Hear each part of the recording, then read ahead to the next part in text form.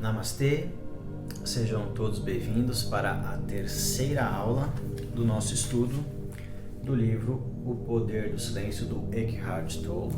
Se você ainda não assistiu às aulas anteriores, não tem problema, pode assistir essa. Não tem uma ordem específica, eu estou seguindo a ordem do livro, mas ele mesmo fala aqui que é um livro que você não precisa ler exatamente na ordem, então não tem problema, tá? Cada capítulo vai tratar de um assunto específico. E esse capítulo é o capítulo 3, que eu acho que é o capítulo mais polêmico do livro, porque nós vamos falar sobre o ego, tá? Que é o eu autocentrado, é o nome do capítulo, o eu autocentrado. Por que é o mais polêmico? Porque existe algo dentro de nós chamado ego, que pode ser classificado de diferentes formas. Aqui o Eckhart Tolle vai trazer a forma como ele vê o ego, e há esse lugar dentro de nós que nós podemos chamar de ego que tem uma certa resistência quando se fala nele, tá? Então algumas pessoas podem sentir-se incomodadas, e não tem estudo da consciência ou estudo da existência da realidade sem falar do ego, porque tudo que nós estamos fazendo aqui é para que esse ego seja reconhecido, e sendo reconhecido ele seja visto da forma como ele é, como uma ferramenta e não como o ser em si. E é o que nós vamos perceber aqui, tá bom? Então vamos lá. A mente está sempre querendo alimentar-se para pensar. Ela procura alimento para sua própria identidade, para seu sentido de ser. É assim que o ego se cria e se recria continuamente. Tá? Essa necessidade que a mente tem de se alimentar em pensamentos, ela fica procurando esse alimento para confirmar a sua própria identidade, que mais para frente a gente vai ver que é uma falsa identidade, não é uma identidade real. Tá? Então ele fica criando o tempo todo essa ilusão de que ele é esse ego. Quando você pensa ou fala a respeito de si mesmo, quando diz eu, está se referindo a eu e minha história. Está falando do ego com seus gostos, desgostos, medos, desejos, o ego que nunca se satisfaz por muito tempo.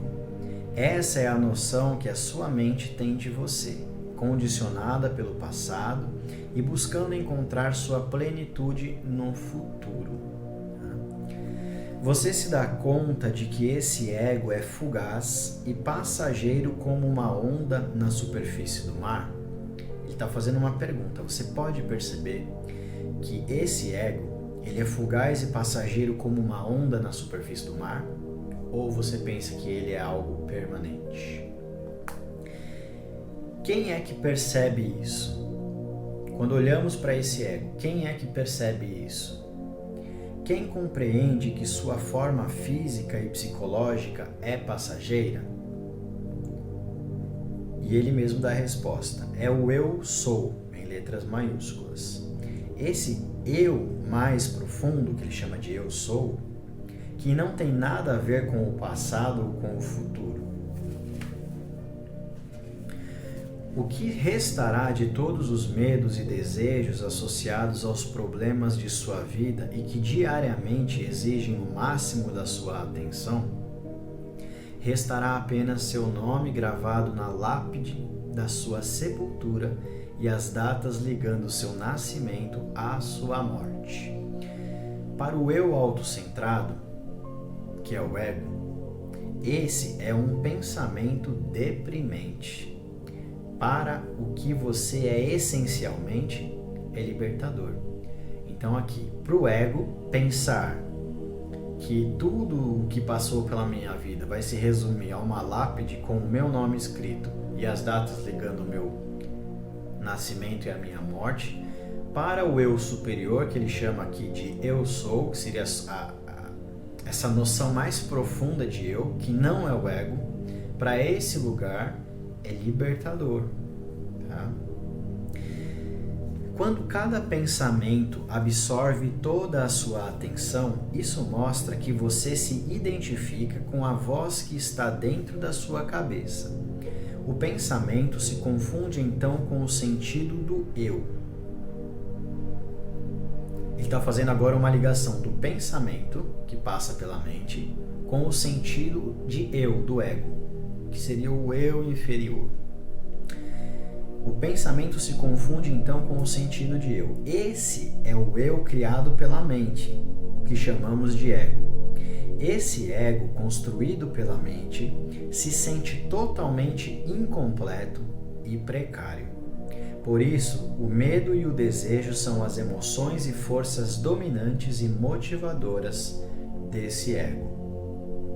Quando você se dá conta de que existe uma voz na sua cabeça que pretende ser você e não para de falar, percebe que de forma inconsciente você vem se identificando com a corrente do pensamento.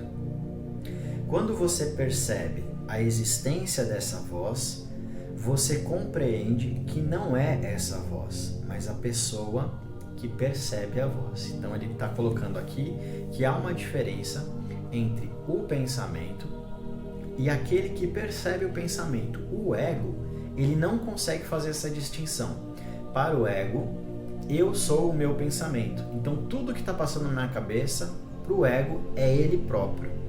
E o que ele está dizendo aqui é que esse senso mais profundo do seu ser é o que pode observar essa movimentação de pensamentos, e esse ser profundo sabe, tem a própria convicção de que ele não é esses pensamentos, porque os pensamentos são impermanentes, eles estão sempre mudando. No passado você pensava de um jeito, agora você pensa diferente. No futuro pode ser que você pense ainda diferente sobre o mesmo assunto. Por quê? O pensamento ele é impermanente, ele não é algo permanente, como a sua essência, como aquele que pode observar todos os movimentos. Esse que pode observar, esse eu profundo, que ele chama de eu sou, que seria o seu estado de consciência pura, esse pode observar todas as mudanças. Mas o ego não, o ego ele está sempre identificado, criando uma ilusão de que ele é as coisas com as quais ele está relacionado. É um pouco complicado, mas dá para entender.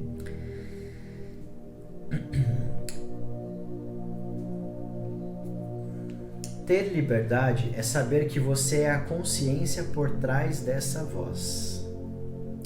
Então, o ego ele está aprisionado a tudo o que ele identifica, porque existe uma identificação inerente a tudo que é percebido pelo ego. Já para a mente superior, a consciência, não, é a liberdade, ele é livre. Ele não tem nenhuma relação, ele só é um observador, uma testemunha desses movimentos. Então ele não tem nenhum vínculo, ele não está preso. Como é que se chama? Anexado a essa forma de pensamento ou qualquer circunstância ou situação. Ele é sempre aquele que está desconectado. Então essa falta de identificação é por si só a liberdade que ele está falando aqui. O ego está sempre busca sem cessar isso ou aquilo para se sentir mais completo. Isso explica porque ele se preocupa compulsivamente com o futuro. Então, esse ego que está sempre buscando alguma coisa, sempre buscando a completude, porque ele sente a falta de algo. Porque ele é um ego, ele é uma perspectiva falsa da realidade.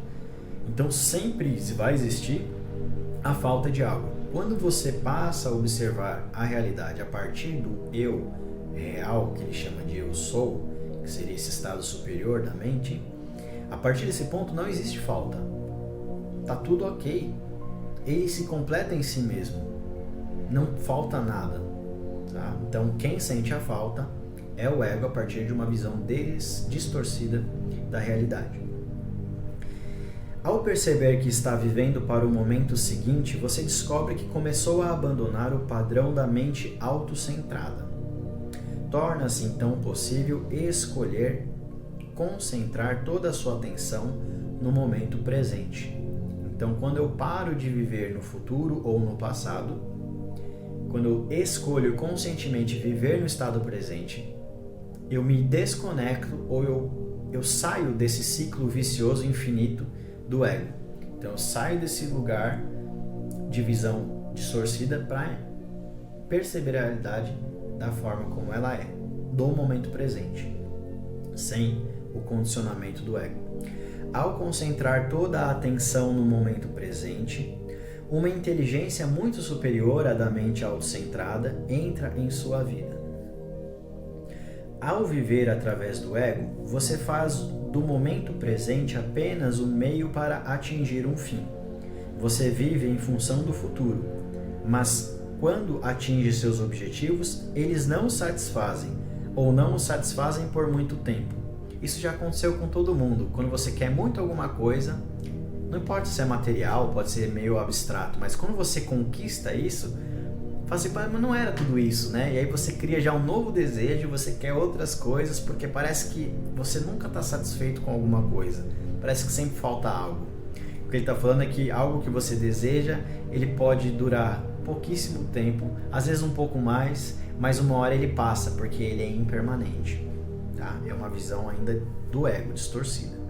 Quando você dá mais atenção ao que está fazendo do que ao resultado que quer alcançar com sua ação, rompe o velho condicionamento autocentrado. Sua ação presente se torna não só muito mais eficaz, como infinitamente mais satisfatória e gratificante. Então, tudo que eu estiver fazendo, se eu estiver mais preocupado com o que eu estou fazendo do que com o resultado da ação, mais eu vou me sentir conectado com o momento presente e menos com o futuro. E, por consequência, o resultado naturalmente vai ser muito melhor, porque eu estou fazendo algo melhor e mais centrado no momento em que eu estou fazendo. A minha atenção, a minha energia está voltada 100% para o que eu estou fazendo. Ela não está dividida 50% pelo que eu estou fazendo e 50% pelo que eu imagino que possa se tornar isso. Não, ela é 100% aqui e agora. Então o resultado disso vai ser também um reflexo dessa entrega e dessa energia que foi depositada aqui, sem essa necessidade de querer controlar o fruto das ações que eu faço no momento presente. Quase todo ego tem um pouco do que poderíamos chamar de identidade da vítima. Muitas pessoas se veem de tal forma como vítimas que essa imagem se torna o ponto central do seu ego. O ressentimento e a mágoa passam a ocupar uma parte essencial da visão que essas pessoas têm de si mesmas. Isso é muito normal, muito comum. Geralmente as pessoas não percebem que são vítimas. E se você fala que elas estão sendo vítimas, elas se sentem ofendidas. Tá? Então uma pessoa que está reclamando demais, ela está inconformada com o que está acontecendo, porque geralmente ela acha que os resultados da realidade da vida dela é culpa sempre de algo externo. É culpa de uma outra pessoa, é culpa do namorado, é culpa da namorada, é culpa do marido, da esposa, ou é culpa de uma sociedade, ou é culpa do mundo, ou é culpa de uma doença, ou é culpa de um vírus, ou é culpa de qualquer coisa. Ela sempre externaliza um sentimento de frustração interna. E é o que ele está falando aqui, isso é o senso de vitimização. Então a pessoa se sente vítima, mas a vítima nunca vai aceitar que ela é uma vítima. Ela sempre vai achar que ela está sendo injustiçada por algum aspecto da vida de uma forma geral. Pode ser uma pessoa, pode ser uma situação, pode ser qualquer coisa. A vítima ela vai usar qualquer coisa para se sentir vítima e nunca vai assumir que ela é uma vítima. E se você falar que ela é vítima, ela vai se ofender. Então esse aqui é muito claro de perceber, muito fácil, em nós mesmos. Você fazendo uma reflexão, você vai ver que muitas vezes nós nos tornamos vítimas de circunstâncias e situações. Muito bem. Mesmo que suas mágoas sejam muito justas, ao assumir a identidade da vítima, você cria uma prisão cujas grades são feitas de formas de pensar. Veja o que está fazendo com você mesmo, ou melhor, o que a sua mente está fazendo com você.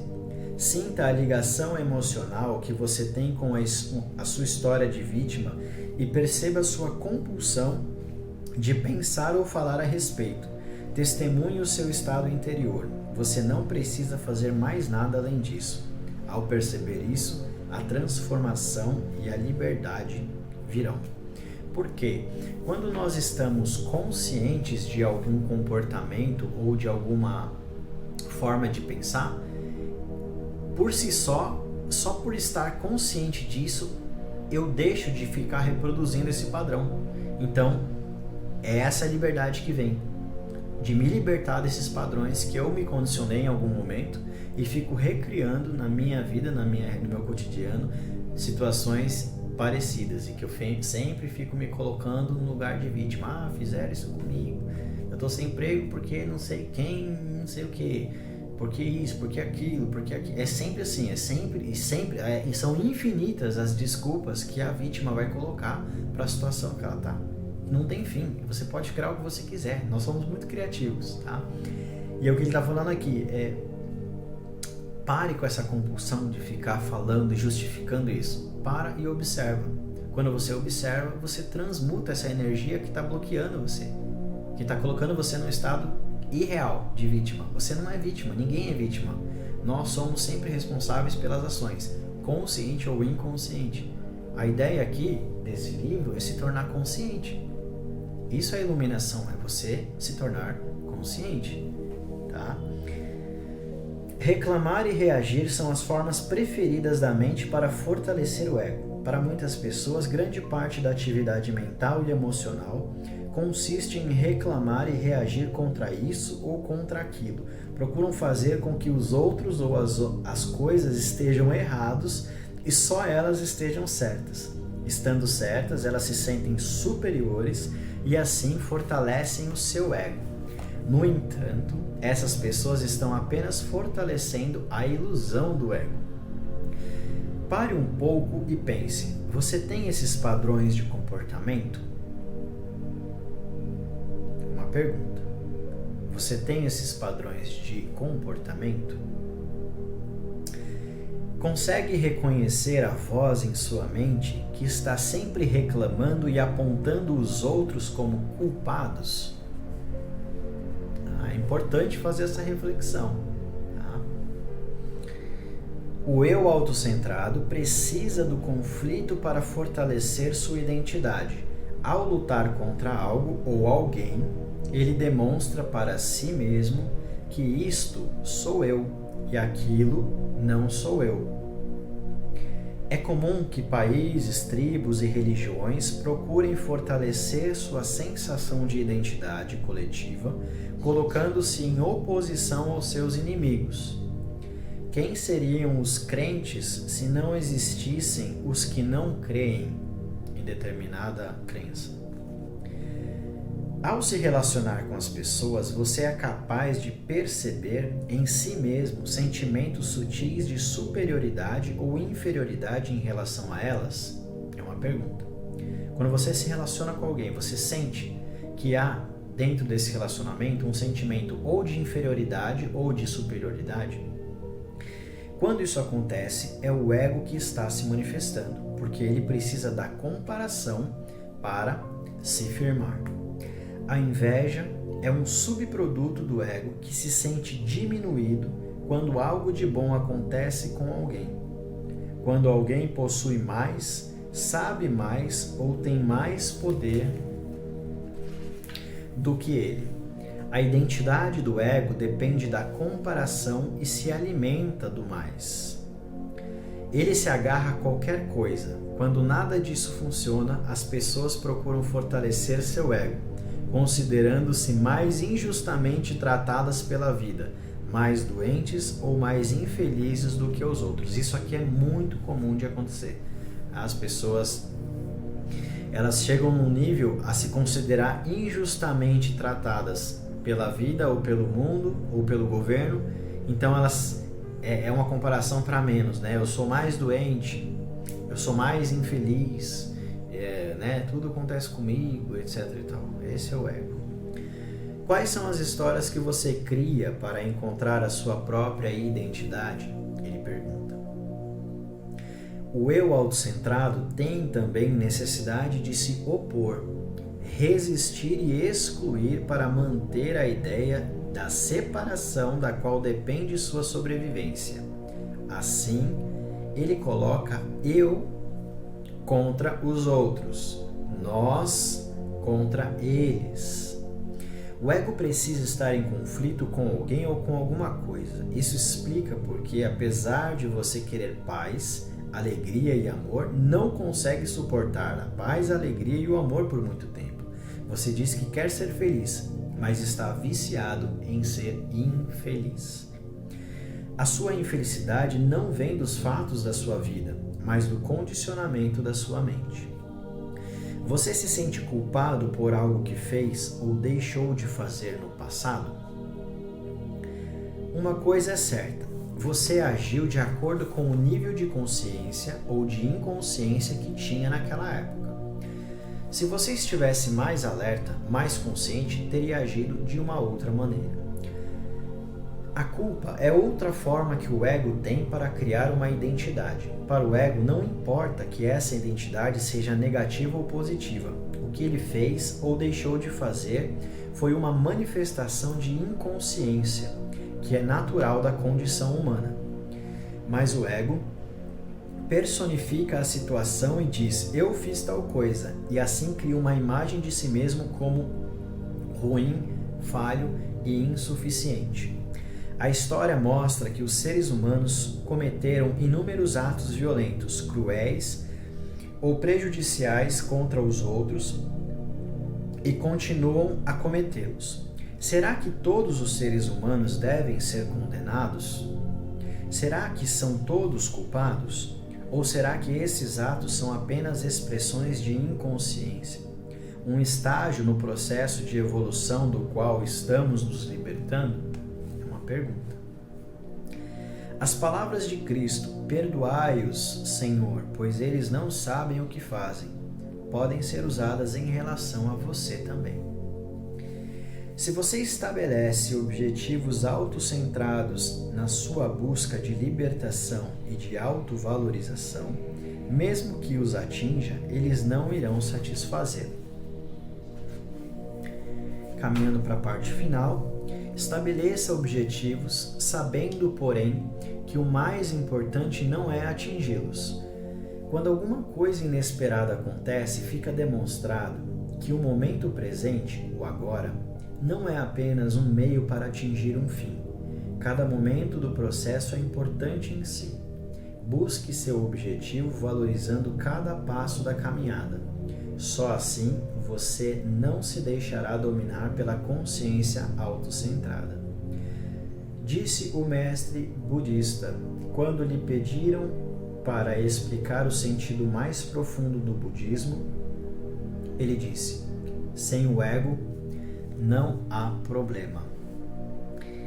Então, vivo agora, no momento presente, ou seja, enjoy the ride. Aproveite a jornada no seu caminho, em todos os momentos, sem ansiar por um futuro que não existe, porque o presente é o único estado de consciência plena. Então essa foi mais uma aula, o terceiro capítulo deste livro, O Poder do Silêncio, que estamos estudando, que você possa crescer no seu entendimento sobre esses assuntos, que trata diretamente dos nossos níveis de consciência. Namastê, muito obrigado, até a próxima aula.